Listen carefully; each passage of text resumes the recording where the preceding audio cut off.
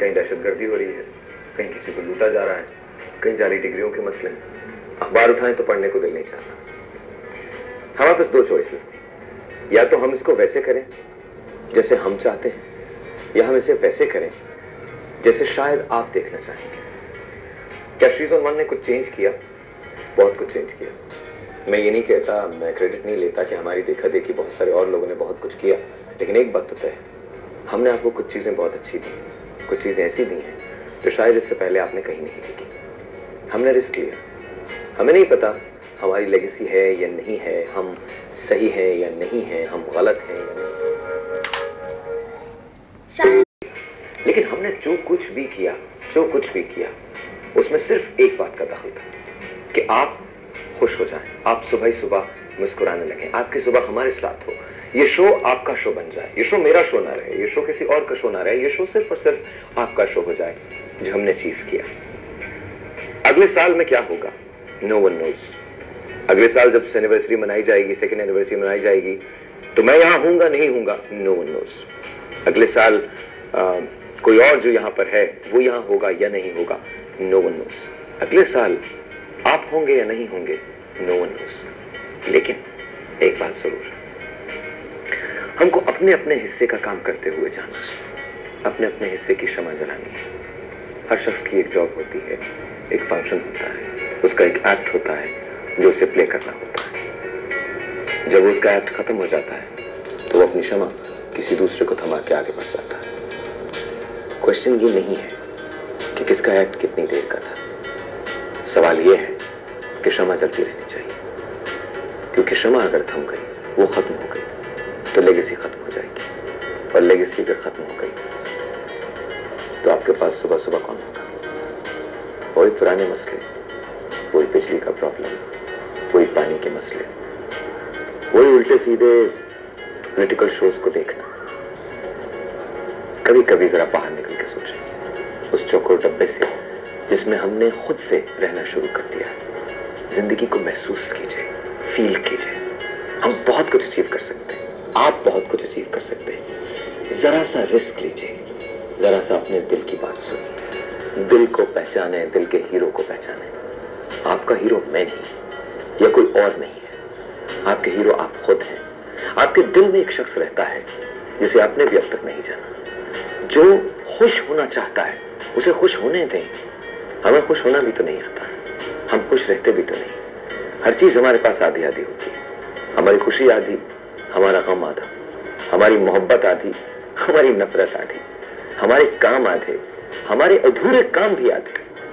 हर चीज हमारे यहाँ हाफ बेक्ड होती है। पता है, ये कॉफी का एक कप है।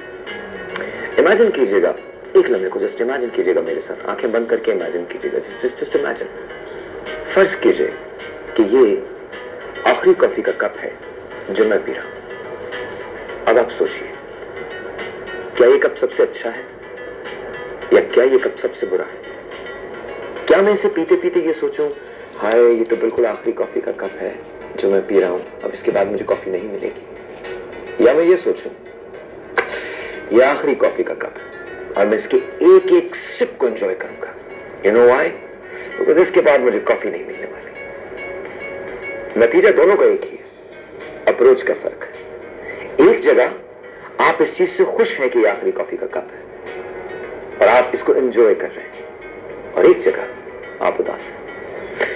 जिंदगी इसी कॉफी के कप की तरह से है, किसी भी दिन आखिरी हो सकती है, किसी भी दिन खत्म हो सकती है। इसे आप वैसे गुजारें जैसे आप गुजारना चाहते हैं, तो वाकई फिर आप इसे एंजॉय करेंगे। लेकिन अगर आप इसे वैसे गुजारेंगे जैसे ये आपको गुजार रही है, तो फिर हमारे वही प्रॉब्लम्स होंगे, हमारी वही चीजें होंगी। आपको पता है लोग आपको दिल में जगह क्यों नहीं देते? होता है ना, हम कहते हैं ना लोग दिल में जगह नहीं दे रहे। पता क्यों नहीं जगह देते? क्योंकि हमारा अपना दिल इतना बड़ा नहीं होता, हम लोगों को जगह नहीं दे रहे होते। अगर हम लोगों को जगह देना शुरू हो जाए तो हमें जगह मिलने लगती है। अगर हम लोगों को रिस्पेक्ट करना शुरू हो जाए तो हमें रिस्पेक्ट मिलने लगती है।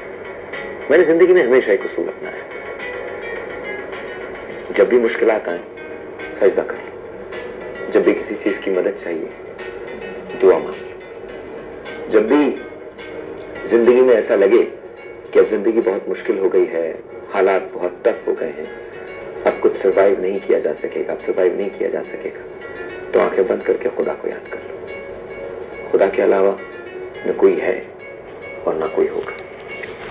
बचपन में एक शेर पढ़ा था इकबाल का, वो एक सजदा जिसे तू गरा समझता है, 1000 सजदों से देता है आदमी को निजात। मैं इसी पाकिस्तान में रहता हूँ, लेकिन मैंने कभी कोई गलत काम नहीं किया, मैंने कभी रिश्वत नहीं दी, मैंने कभी किसी को ब्राइब लेते हुए नहीं देखा, ना ही मैंने कभी कोई एट्रॉसिटी देखी, ना मेरे साथ हुई। मेरा यहाँ अगर है, अगर मैं साहिल लोधी हूँ तो मैं अपने मेरिट पे हूँ, ठीक है, मैं एग्जिस्टो मीडिया में जरूर है, लेकिन वो मेरी सिस्टर है, मैं नहीं हूँ। मैंने हमेशा एक बात पे यकीन किया कि अगर मेहनत होगी तो हम कामयाब होंगे, मेहनत नहीं होगी तो हम कामयाब नहीं हो सकते। क्या हम दुनिया की बेहतरीन कौम है? हमें दुनिया की बेहतरीन कौम बनने की सलाहियत मौजूद है, लेकिन हम दुनिया की बेहतरीन कौम नहीं। आई एम सॉरी, हम नहीं। अभी हमें बहुत कुछ करना है, बहुत कुछ करना है, बहुत आगे जाना है। अभी हमें अपने आप को समझना है, अभी हमें एक दूसरे को बर्दाश्त करना सीखना है, अभी हमें एक दूसरे से मोहब्बत करनी है, अभी हमें एक दूसरे को टॉलरेट करना है, अभी हमें एक दूसरे को जानना है, अभी हमें ये समझना है कि अगर हम साथ हैं तो ही हम जी सकते हैं, अगर हम साथ नहीं हैं तो हम जी भी नहीं पाएंगे। अभी हमें अपने दुश्मनों को, अपने दोस्तों को पहचानना है, अभी हमें वफादारी सीखनी है। वफादारी ये नहीं है कि आप 14 अगस्त पे गाने गाते रहे, पाकिस्तानी तराने बजाते रहे, या साइलेंसर निकाल के पूरे शहर में घूमते रहे। बहुत अच्छी बात है, मोहब्बत का इजहार है, लेकिन वफादारी ये नहीं है। और बेवफाई ये नहीं है कि आप हिंदुस्तानी गानों पर रक्स करते हैं या आप इंडियन गाने सुनते हैं। बेवफाई ये नहीं है, बल्कि बेवफाई ये है कि जब आप कहीं रोड पे से गुजरते हैं और आप कुछ खाते हुए रैपर को रोड पे फेंक देते हैं, तो याद रखिए ये पाकिस्तान से बेवफाई है। पाकिस्तान से वफादारी बहुत सिंपल है। जब आप एक लाइन में खड़े होते हैं और बहुत सारे लोग लाइन तोड़ रहे होते हैं, लेकिन आप फिर भी उस लाइन में खड़े रहते हैं, वफादारी ये वफादारी है।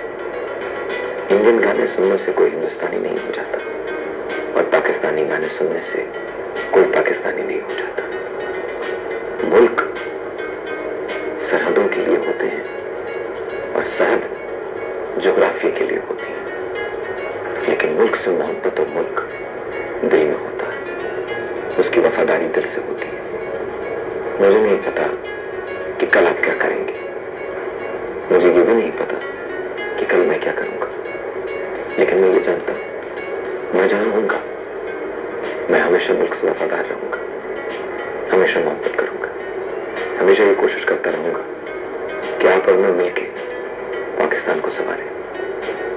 हम अगर हिंदुस्तानी गानों पर रक्स करते हैं, इसका ये मतलब हरगिज़ नहीं है कि हम हिंदुस्तानी हैं, और हम अगर मिलके पाकिस्तानी गाने गाते हैं तो इसका ये मतलब नहीं है कि हम पाकिस्तान से वफादारी कर रहे हैं। पाकिस्तान से वफादारी सिर्फ एक सूरत में की जा सकती है, जब हम इस खित्ते को बेहतर बनाने की कोशिश करते रहें और अपने आप को पीछे धकेल कर अपने मुल्क के मफाद को सामने रखें, और इस बात की फिक्र करना छोड़ दें कि दूसरा क्या कर रहा है। Stop complaining. छोटा सा एक ब्रेक, आपसे मिलते हैं ब्रेक के बाद। Good morning, watching शीज on one with Sahir.